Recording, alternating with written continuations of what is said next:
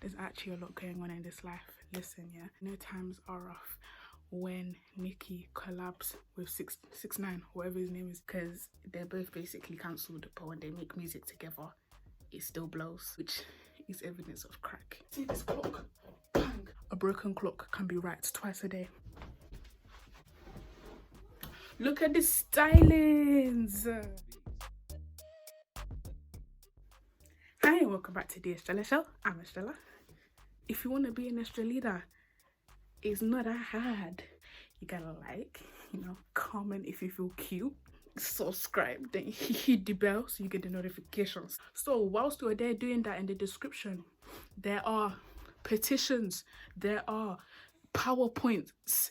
Guys, even if you don't want to believe Black Lives Matter, my life matters, and if you love me, that means you love black people. So no long thing, I'm just gonna get straight into it. I've always felt that there's been a lack, when I say lack, of knowledge when it comes to women in hip-hop. Misogyny is great. I'm purposely not using the term female rap because the female rappers are also rappers. Like, their gender should not mean anything different when we consider them analytically when it comes to their discography or their musical style, etc, etc. It's just the fact that they tend to have different anatomy. The gender should not make you view them any differently. Some of you have this misconstrued idea that Lil Kim was basically the first female rapper, and that's very, very wrong.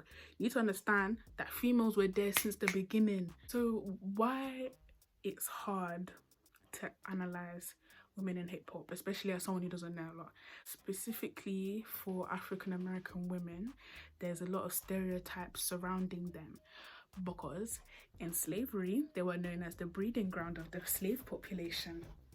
Isn't that cute? The idea from that is that African American women are only to be like objects only for reproduction. All of that stuff surrounding the community hip-hop comes from. Hip-hop is dominated by men. That's just a characteristic of the genre. Because of this, being authentic is directly linked to their masculinity. Masculinity is linked to the level of misogyny in your rap content. There's multiple groups of MCs, and this is how I've grouped them. There's many other ways. There's definitely more people, but this is all my brain could take at 3 AM last night. There's the reverse misogyny group, and I called them reverse because they use the concepts that I said before and they reverse it. They use their sexualized image to either empower them to be independent women, or they use their sexualized image to gain power over men. I have Lil Kim, even though my opinion on Lil Kim often sways because sometimes I'm like, yeah, she did her thing and she definitely is a defining rapper. But when I actually look on a micro level, yeah, her debut album was the best, and then it just started going downhill. Anytime from the 90s to like 2004, she was great, but after that, she's just irrelevant now. Lil Kim, there's Foxy. Lil Kim and Foxy had beef, if you don't know. It was a bit silly, but they're both great. Nicki is still the reigning person, and then in the terms of like here in the UK, we have Shabo, for example, like the now Shabo. The Shabo from MySpace is a bit different, but the Shabo and the Miss Banks of now is more like using their image and still carrying that big boy energy that yeah, I look like this, so what?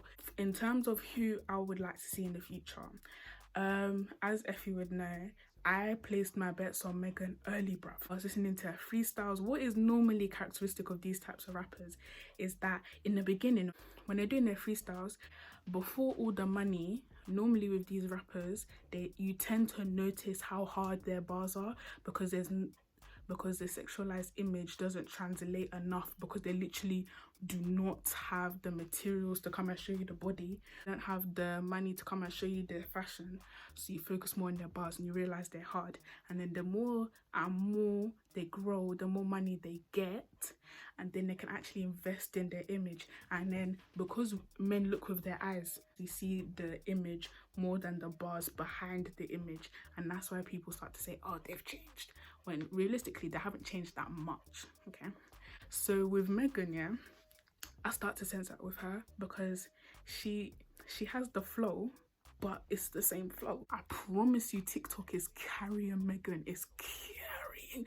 She's kind of stuck in a self-defining label of just talking about her body, how she's better than other females, and using that to empower, which is all right, but we're bored now. Buddy came in with a #1 hit, sampled the Lauryn Hill song and messed it up, then came and dropped a banger such as Press, and then she said bye bye. But for me, who I have my bets on, Flo Milli knows what the hell she's doing, and she has that recitability. When it comes to rap in general, the people who do best are the ones who have the cadence and the lyrical punchlines that stay in your head. It's hard to succeed in this area because people will see the image before you. There's more about how you blow than what you're actually saying or how you actually look. So the flip side of this is just not being feminine at all and just having a hyper masculine image. And the only example I could give you was Young M.A. The idea is that, I'm not saying that she chose this on purpose because I know her sexuality, but I'm just saying that when you place yourself in like the role of the man, it literally almost helps men to vibe with Young M.A. better, and it's like the same end of the stick the men have, so they can understand where Young M.A. is coming from, if you get what I'm trying to say. Young M.A. is hard, don't get me wrong, but a lot of people would only claim her talent because of her hyper masculine image, and I don't like that at all. You only want to listen to her because she doesn't have a bum out all the time.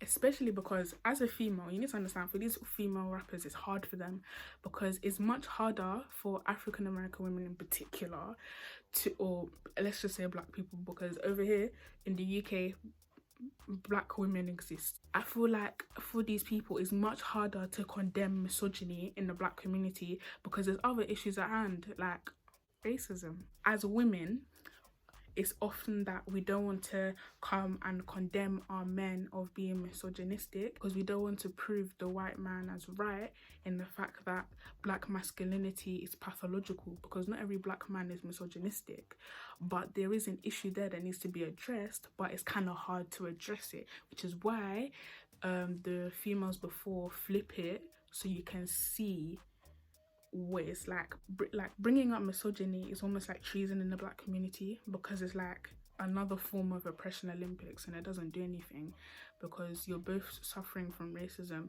and now you're turning on your own. Black women are supposed to support the black man either way, and that is an issue in itself. And then imagine that in hip-hop. We also have to realize that listeners speak with their wallets, okay? There's reasons why Lil Kim, Fox and Nicki make so much money, and there's reasons why the likes of Rhapsody or Little Sims don't make as much money, etc, etc, etc. Misogyny and sex sells. Queen Latifah is a literal queen. She really did the whole feminist rapper thing, and she did it in the limelight, and it still did commercially well. Whereas I feel like in comparison to other feminist rappers now, it's not really the same sentiment, probably because it's a change of the times. I don't really know. She was like the most outspoken when it comes to the language we use towards black women, about how we're treated, domestic abuse, etc, etc, and sis made her queen. I don't know whether it's because she was related to the De La Soul, A Tribe Called Quest movement, but sis made several points. Other people who had this similar there's more to life than sex Femcees. There's Yo-Yo. If you don't know Yo-Yo, go look her up. Yo-Yo is the protege of Ice Cube, and she can rap, if you people know her. But there's also MIA, MIA is in her own lane. Like, you people do not know MIA from anywhere, yeah? You may know her from Give Me All Your Love with Madonna and Nicki, but MIA is super creative. She likes to touch on issues of feminism and being an immigrant. She talks about a lot of like real issues, but she largely goes unnoticed because her image isn't super sexualized. She's not black and she's British. And yeah, I just feel like everyone needs to open their ears. Rhapsody and Little Sims, if you have not listened, I'm praying that you listen now. If you learn something from this video, you will listen to Rhapsody and Little Sims. It's good for your mental health, right? Because there's more to life than sex. There's also another group where they kind of made a name for themselves by doing both, like a good mix of the reverse misogyny thing, still having a tomboy sort of image. So for example, you have the likes of Rah Digga. If you don't know Rah Digga, go and listen to Rah Digga, man. Eve, these man, they really ran that early noughties rap thing. Even Queen Pen, she had like one hit that I always listen to. And The Brat as well. The Brat is cool, I like her. So for the future, in terms of the mix of sexualized image and tomboy vibe, I really feel like Dreezy should be the one to blow. But I don't really know where it is with Dreezy. I don't know if she just needs another hit single. But sis is still out here rapping, and you people need to put some respect on Dreezy. Not everything is your traditional hip hop. It's not every day boom bap ba boom this thing. There are also a lot of Femcees who have just started artistic movements in hip hop and did it better than the men. Let's start with Missy Elliott. Missy Elliott wrote for your favorite R&B singer in the 90s. Missy Elliott's debut album, yeah, if not for the events in 1997, yeah, Missy Elliott's album would have blown times 10. Missy Elliott, Timbaland, and Aaliyah, Fuego. But I feel like the thing with Missy Elliott that made me so sad is that her label criticized her, saying that she won't even blow like that because sis was not your typical figure 8 thickums girl. Like that, she was actually criticized for being overweight, whatever that means. I can't feel the rain. Dun, dun. Missy Elliott basically created music videos. Azealia Banks was supposed to be one of these creative people because she can rap on a hip hop beat, on a house beat, on an electro pop beat. The drag queens book to her music, like that is range. She's more known for her controversy than her actual music, so it's kind of long still. Rico Nasty. Sis has that rock influence, yeah, but the thing is, I feel like people don't bop to her because she doesn't have either your stereotypical feminine face, or as we know from Vibes Cartel's Not Okay, you black people do not like rock because Not Okay bangs. You just don't want to admit it. We had Missy Elliott, who basically created music videos. We had Azealia Banks, who is just controversial. We have Rico Nasty, who's rock, but you people don't want to open your ears. So who's up next? Me or my betting card?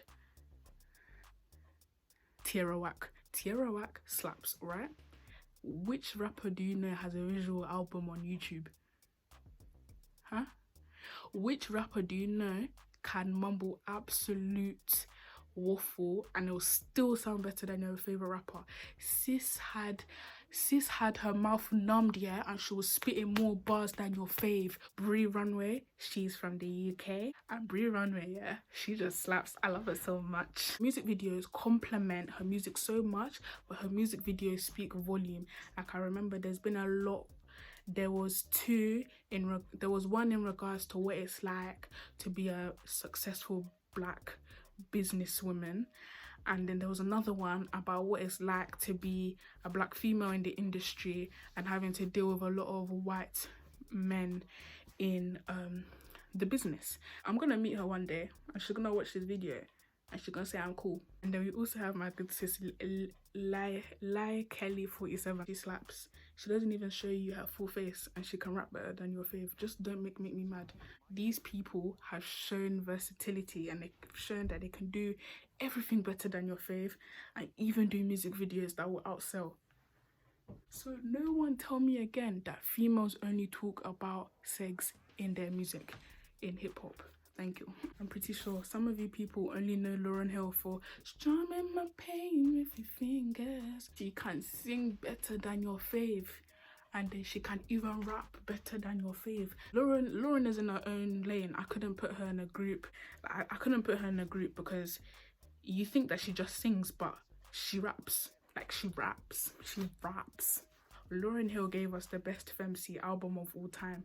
No one can argue with me about it. The Miseducation of Lauryn Hill just wins every single time. It won a Grammy in its own right. Rappers like Remy Ma, Cardi B, Iggy Azalea, and Lil Mama, they can all rap in their own right, but I like to call them a failed coup d'etat. And whilst they're talented, I felt that it's been more like label politics. These rappers were set up to overthrow a dominating rapper at the time, and they were doing well at some point. They were selling records, and then we got tired of them. I cannot do a Femcee video if I don't talk about the twerk warriors. Trina invented having a bum. If you don't know who Trina is, I suggest you listen to her. I mean, she can spit bars, but they're mostly about bum and men. But she can spit bars. Cash Doll is the best doll. You will put respect on my sister's name. Cupcake is who I'm placing my bets on for the future, because I don't care if you don't like women rapping about sex and all of that jazz. But you see Cupcake, yeah, she is a lyricist. Doesn't have a traditional curvy body, or the fact that she's dark skinned, or the fact the way that she looks. I don't care. My good sis can rap, period. I hope from this video it makes sense, number one, because it's super long, and I also hope that you're starting to see that there's so much more to women in hip-hop, and why it's kind of counterproductive to call it female rap, because it just indicates that they're second best, or the fact that they only talk about sex, and that's not the only things that they talk about. Some of them do, some of them is their primary focus, but for a lot of them, they can do that, do it well, and do other things. The only problem is in this industry is that listeners speak with their wallets, yeah? When listeners show interest in the sex stuff, it's kind of reinforcing the idea that they have to continue to do that, if that makes sense. When you start doing bars about more complicated, more complex things in life, you will start to realize that you start to lose people, because some people don't have that same level of intellect to appreciate the likes of Rhapsody and my good sis Little Sims. So yeah, the reason why I sometimes don't take to Lil Kim is that I feel like she's a prime example of how the structure of the industry can affect an artist, because Lil Kim came up on her own. There's this stigma that her success is directly correlated with Biggie, and it's not like it's her fault, but it's always seen that a female rapper has to have some sort of male guardian for them to be famous, and that's not necessarily true, but it's now become some sort of symptom of women in hip-hop, and I don't like it. It's sort of to say that women need men in life, period, but in this example, in the industry, and these women need these men to blow, and if they don't have a male influence that is guiding them or co-signing them, they have to do a remix of a male rapper's song, but then do it like 10 times better, or they need to have like one track that is just pure crack and becomes a #1 hit single, and that's the only way they can get into the industry. It's much harder for female rappers, because of all these attitudes, to grow organically like most male rappers do. For example, Cardi, although Cardi was rapping before Bodak Yellow, but she was brought to the limelight when it went to #1. For example, Flo Milli's been rapping, but she came into the limelight when she remixed Beef and did it better than Playboy Carti. I know some of you people don't know what the original Beef song is, but are you seeing my issue? Like, there has to be some sort of male reference point for people to recognize female rappers. For example, Nicki had Lil Wayne, Lil Kim had Biggie, Foxy didn't really have anyone, but Jay came to come and claim. Yo-Yo had Ice Cube, You've had DMX, I'm pretty sure. So what now? What now? Iggy Azalea even had T.I.